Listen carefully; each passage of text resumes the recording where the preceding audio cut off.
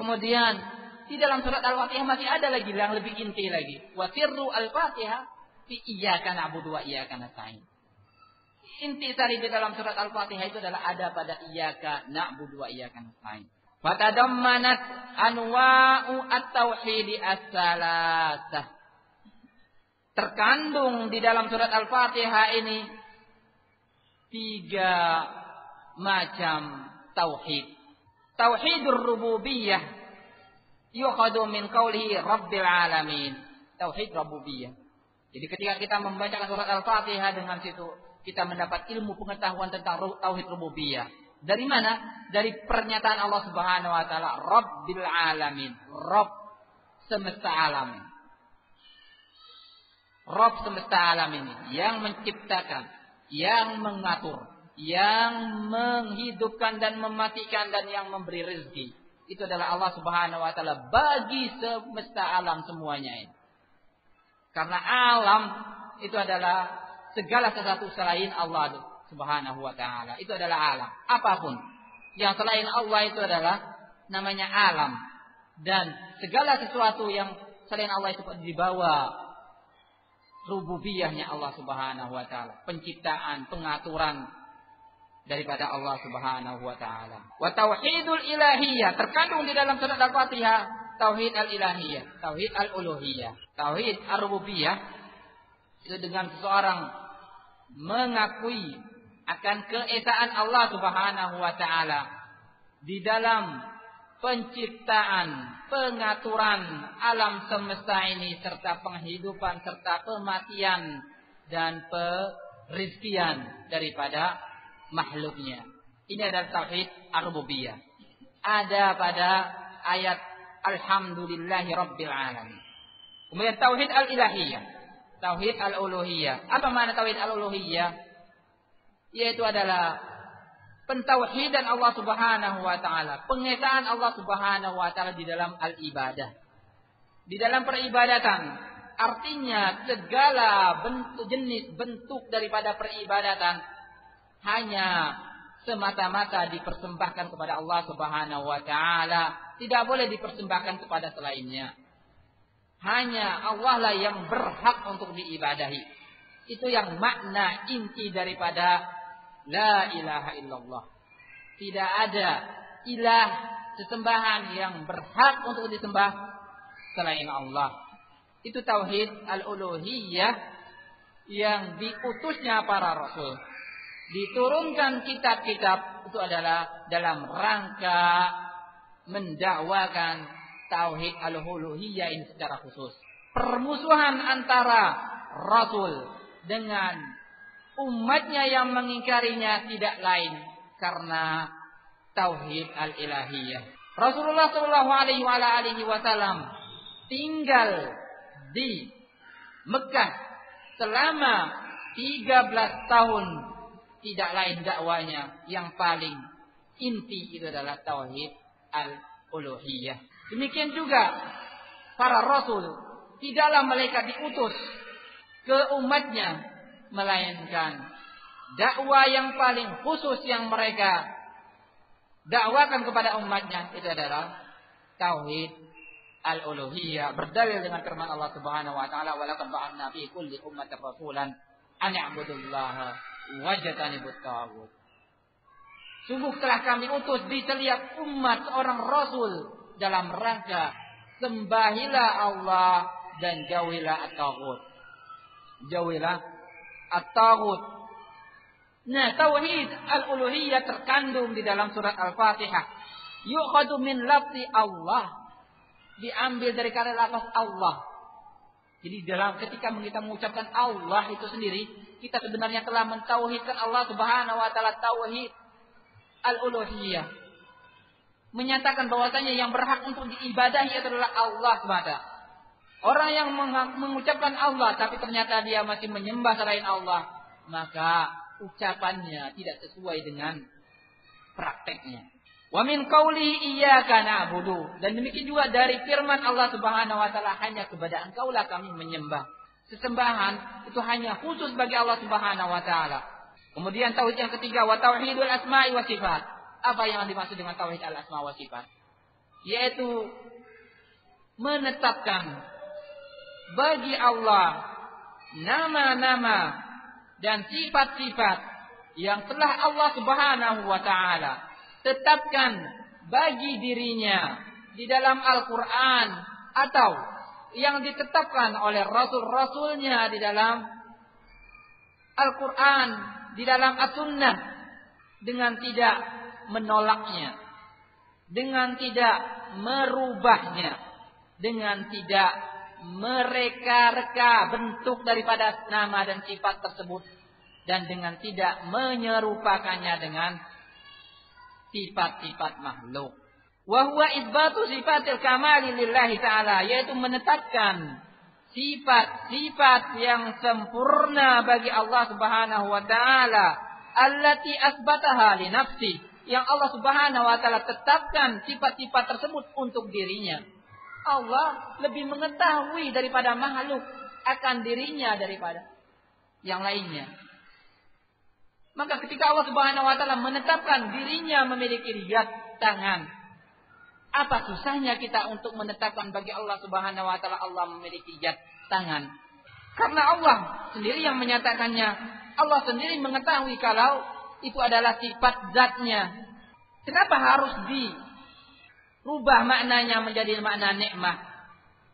Kenapa harus dikatakan itu maknanya kuwah? Kalau seandainya kuwah, ada di dalam ayat yang lain Allah Subhanahu wa taala memiliki kekuatan, memiliki nikmat, dan akan terbentur nanti dengan ayat bal yadahu mabsutatan, kedua tangan Allah Subhanahu wa taala terbuka lebar. Dinyatakan oleh Allah memiliki dua tangan. Kalau dikatakan maknanya kuat, berarti Allah hanya memiliki dua kekuatan, padahal kekuatan Allah Subhanahu wa taala Maha perkasa. Kalau dikatakan makna yad adalah nikmat, berarti Allah hanya memiliki dua nikmat, padahal nikmat Allah Subhanahu wa taala wasi'at kulla syai', meliputi segala perkara. Berarti tidak ada lain maknanya. Yad itu adalah Allah tetapkan bagi dirinya dengan makna aslinya. Yad yang pantas untuk Allah Subhanahu wa taala. Tidak tahu kita bagaimana bentuknya, karena Allah tidak menjelaskan bentuknya. Dan tidak diserupakan dengan makhluk, karena antara makhluk sendiri berbeda-beda sifatnya, tangannya. Apalagi antara makhluk dengan Khalik, jauh perbedaannya, tidak bisa dibanding-bandingkan. Maka wajib untuk menetapkan apa yang telah Allah Subhanahu wa taala tetapkan bagi dirinya, baik sifat-sifat tersebut kembali kepada zatnya, maupun sifat-sifat yang kembali kepada perbuatan-perbuatan Allah Subhanahu wa taala. Ketika Allah Subhanahu wa taala Ar-Rahmanu 'ala arsy istawa, Ar-Rahman istiwa di atas arsy.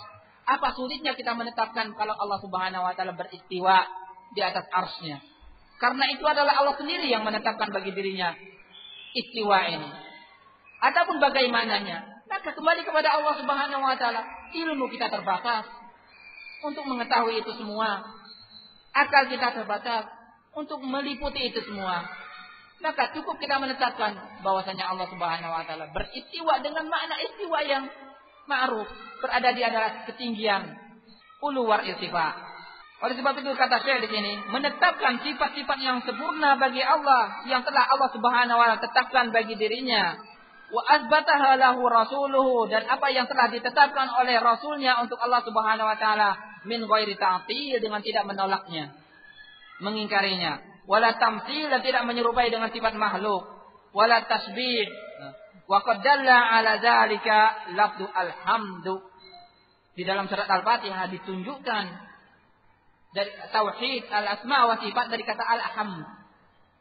Segala puji, pujian yang murni itu hanya bagi zat yang memiliki sifat yang sempurna dari segala sisi, yang tidak ada sisi kecacatannya dari segala perkara. Dan tidak ada yang memiliki hak untuk mendapatkan segala puji ini kecuali Allah Subhanahu wa taala, karena Allah lah yang memiliki sifat yang sempurna dari segala sisi. Kama taqaddam, sebagaimana telah disebutkan.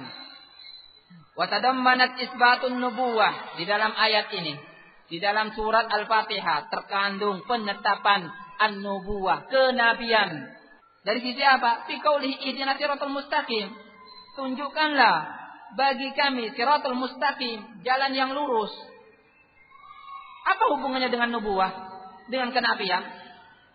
Tadi kita sebutkan bahwasanya tafsir para ulama menyatakan siratal mustaqim salah satu maknanya adalah mengikuti nabi, mengikuti metodenya nabi. Li'anna dzalika mumtani'un biduni ar-risalah. Untuk mendapatkan siratal mustaqim mustahil tanpa adanya ar-risalah, rasulan. Tidak bisa seseorang akan mengikuti siratal mustaqim tanpa ada tuntunannya Rasul. Diturunnya Rasulullah sallallahu alaihi wasallam dengan membawa Al-Qur'an dalam rangka untuk menjelaskan siratal mustaqim ini, al-Islam. Secara tidak langsung di dalam surat Al-Fatihah pada ayat ihdinas siratal mustaqim kita menetapkan akan kerasulan dan kenabian Nabi sallallahu alaihi wasallam. Karena untuk mendapatkan siratal mustaqim tidaklah bisa melainkan melalui metodenya Rasul sallallahu alaihi wasallam. Kemudian yang berikut isbatul jaza 'alal a'mal di dalam surat Al-Fatihah, penetapan adanya balasan terhadap amalan-amalan. Jadi di dalam surat Al-Fatihah al-jaza 'alal a'mal. Jadi pembalasan terhadap amalan-amalan. Kalau amalan baik akan dibalas dengan kebaikan. Kalau amalan buruk akan dibalas dengan keburukan. Dari sisi apa di dalam surat Al-Fatihah? Dari ayat apa? Fi qaulihi maliki yaumiddin. Zat yang menguasai yaumiddin, hari pembalasan. Dari kata-kata yaumiddin, hari pembalasan. Wa anna jaza yakunu bil adl, dan ketahuilah bahwasanya jaza ini, pembalasan ini adalah dengan keadilan. Dengan keadilan Allah Subhanahu wa taala. Tidak dikhawatir akan kecurangan. Tidak mungkin curang. Adil.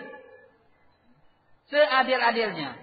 Walaupun sebesar biji sawi akan dibalas. Li'anna dina makna al-jaza' bil adl, karena kata-kata din itu sendiri itu adalah pembalasan dengan adil. Jadi kata-kata din itu bukan hanya pembalasan begitu saja, tidak. Tapi pembalasan dengan adil. Dengan adil. Wa tadammanat isbatul qadar. Di dalam surat Al-Fatihah juga ada kandungan penetapan takdir, yang mana salah satu daripada rukun-rukun keimanan itu adalah al-imanu bil qadari khairihi wa syarri. Beriman dengan takdir, takdir baik maupun takdir buruk. Dari sisi apa? Wa annal 'abda fa'ilun haqiqah. Hamba ketika melakukan amalan itu dia sendiri yang melakukannya. Ketika sholat, dia sendiri yang berdasarkan keinginan dia sendiri untuk melakukan sholat. Ketika melangkah, berdasarkan keinginan sendiri dia untuk melangkah. Karena suatu amalan itu adalah dibangun di atas iradah wal qudrah, keinginan dan kemampuan. Keinginan dan kemampuan. Ketika seorang ingin melakukan sesuatu, tentunya dia dibangun di atas keinginannya dan dia memiliki kemampuan. Berarti ketika melakukan amalan tanpa dia itu diatur, digerak, namun dia sendiri yang melangkah untuk melakukan amalan tersebut. Khilafan lil qadariyah wal jabriyah, berbeda dengan apa yang dipahami oleh kaum qadariyah yang menganggap bahwasannya yang menciptakan amalan hamba itu adalah hamba itu sendiri. Ini salah. Amalan kita itu adalah ciptaan Allah. Namun kita yang melakukannya. Karena apa? Karena dibangun di atas kemampuan dan keinginan kita sendiri. Sedangkan kemampuan dan keinginan kita, siapa yang menciptakannya? Allah Subhanahu wa taala. Allahu khalaqakum wa ma ta'malun. Allah yang menciptakan kalian dan apa yang kalian lakukan. Jadi dari titik ini ya, perhatikan baik-baik.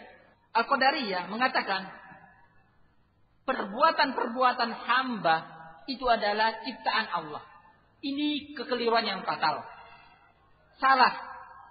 Kita kan hamba dan perbuatan itu adalah ciptaan Allah Subhanahu wa taala. Jadi kalau Qadariyah mengatakan perbuatan hamba itu adalah ciptaan hamba itu sendiri, apanya? Tadi keliru. Jadi perbuatan hamba itu adalah ciptaan hamba itu sendiri. Ini adalah pernyataan yang keliru. Pernyataan yang benar adalah hamba dan perbuatannya semuanya adalah ciptaan Allah. Karena Allah Subhanahu wa taala berfirman, Allahu khalaqakum wa ma ta'malun. Allah yang menciptakan kalian dan apa yang kalian lakukan. Namun yang melakukan amalan tersebut itu adalah dia bangun di atas keinginan hamba dan kemampuan hamba. Kemudian yang menciptakan keinginan dan kemampuan ini siapa? Allah. Karena hamba dan sifatnya itu adalah diciptakan oleh Allah Subhanahu wa taala. Jadi dari sini hamba dan sifatnya, dan sifat daripada hamba memiliki iradah, keinginan, dan memiliki qudrah, yaitu kekuatan. Itu adalah ciptaan Allah. Dan ketika hamba ingin melakukan, tentunya dia ketika ingin melakukannya harus berdasarkan kemampuan dan keinginan hamba ini. Berarti yang melakukan itu adalah hamba itu sendiri, karena berdasarkan kekuatan dan kemampuannya. Namun kekuatan dan kemampuannya yang menciptakan adalah Allah Subhanahu wa taala. Jadi tidak ada kesulitan sama sekali dalam memahami ini semua. Wal Jabariyah, beda dengan Jabariyah yang mengatakan semua tindak tanduk hamba itu adalah yang melakukannya Allah. Tidak, yang melakukan kita sendiri. Kita melakukan, melangkah itu adalah kita sendiri berdasarkan keinginan dan kemampuan kita. Tapi yang menciptakan keinginan dan kemampuan kita itu adalah Allah Subhanahu wa taala. Beda dengan Ahlus Sunnah wal Jamaah mengakui bahwasanya takdir itu adalah ciptaan Allah, takdir buruk dan takdir baik. Namun amalan hamba dia sendiri berdasarkan keinginan dia sendiri di dalam melakukannya. Bal tadammanatir raddu ala jami'i ahlil bid'ah. Di dalam surat Al-Fatihah terkandung bantahan kepada semua ahli bid'ah wad dalal. Dari sisi apa? Fi qaulihi ihdinas siratal mustaqim. Tunjukilah kami jalan yang lurus. Itu adalah jalan al-Islam yang berlepas diri dari jalan-jalan kesesatan. Li'annahu ma'rifatul haq wal amal bih. Jalan siratal mustaqim yang mengenal al-haq dan beramal dengan al-haq. Berbeda dengan kullu mubtadi'. Wa kullu mubtadi'in wa dhalin fahuwa mukhalifun lidzalik. Ahli bid'ah, orang yang sesat, tidak mengenal al-haq atau mengenal al-haq tapi tidak beramal dengan al-haq, atau beramal dengan sesuatu tapi tidak berdasarkan al-haq. Jadi ada orang sesat itu tiga bentuk. Ada yang tidak mengenal al-haq dan tidak beramal dengan al-haq. Beramal aja tidak, apalagi mengenalnya. Mengenalnya tidak, apalagi beramal dengannya. Ada yang mengenal al-haq tapi tidak beramal dengan al-haq. Ada yang beramal namun tidak berdasarkan al-haq. Salah kaprah. Ini adalah metodenya ahlud dalal, itu orang-orang yang sesat, dan metodenya al-maghdub alaihim, orang yang mendapat kemurkaan Allah Subhanahu wa taala, yang mengetahui al-haq namun mengabaikannya. Dan ahlul dalal, ahlul bid'ah tidak lepas dari itu, sifat-sifat ini. Makanya kita senantiasa memohon kepada Allah Subhanahu wa taala untuk senantiasa ditunjukkan jalan yang lurus ini. Ihdinas siratal mustaqim. Kemudian tidak kalah pentingnya wa tadammanat ikhlasud dinillahi taala. Di dalam surat Al-Fatihah terkandung mengikhlaskan agama ini hanya semata-mata bagi Allah, ibadatan wasti'anatan, baik dari sisi ibadah dan dari sisi al-isti'anah, memohon pertolongan, bertawakal kepada Allah Subhanahu wa taala di dalam firman-Nya, iyyaka na'budu wa iyyaka nasta'in. Walhamdulillahirabbil alamin. Dengan ini selesai kita di dalam membaca tafsir surat Al-Fatihah dari tafsirnya As-Sa'di rahimahullah.